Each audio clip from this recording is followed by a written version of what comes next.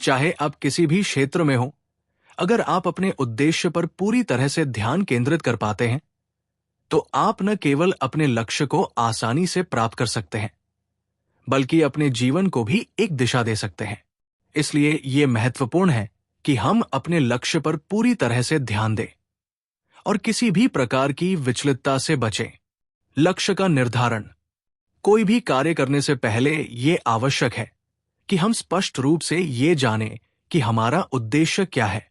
जब तक हम अपने उद्देश्य को स्पष्ट रूप से नहीं समझेंगे, तब तक हम उसे प्राप्त करने की दिशा में सही कदम नहीं उठा सकते।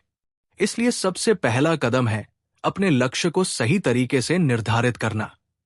यह लक्ष्य जीवन में किसी भी क्षेत्र से संबंधित हो सकता है, चाहे वो शिक्षा, करियर, व्यक्तिगत विकास या समाज सेवा हो।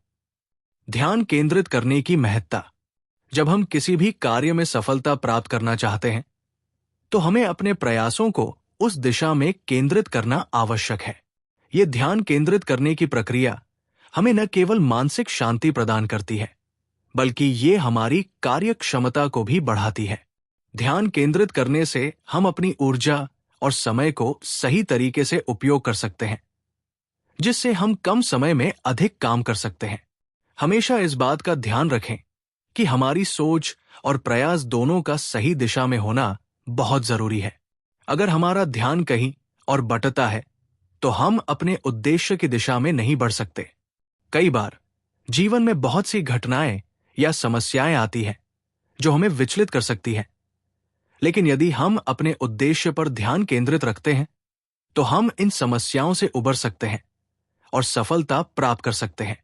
विचलित होने से बचना। हमारे जीवन में अनेक ऐसी चीजें होती हैं जो हमारे ध्यान को भटका सकती हैं। सोशल मीडिया, मनोरंजन या फिर बाहरी दबाव हमें अपने लक्ष्य से दूर कर सकते हैं। इन सभी से बचना बहुत जरूरी है। जब हमारा ध्यान एक ही जगह पर रहता है, तो हमारी ऊर्जा और समय दोनों सही दिशा में खर्च होते हैं। हमें यह समझने की आवश्यकता है कि जिस समय हम अपने उद्देश्य को पाने के लिए काम कर रहे होते हैं, उस समय हमें हर प्रकार की विचलितता से बचना चाहिए।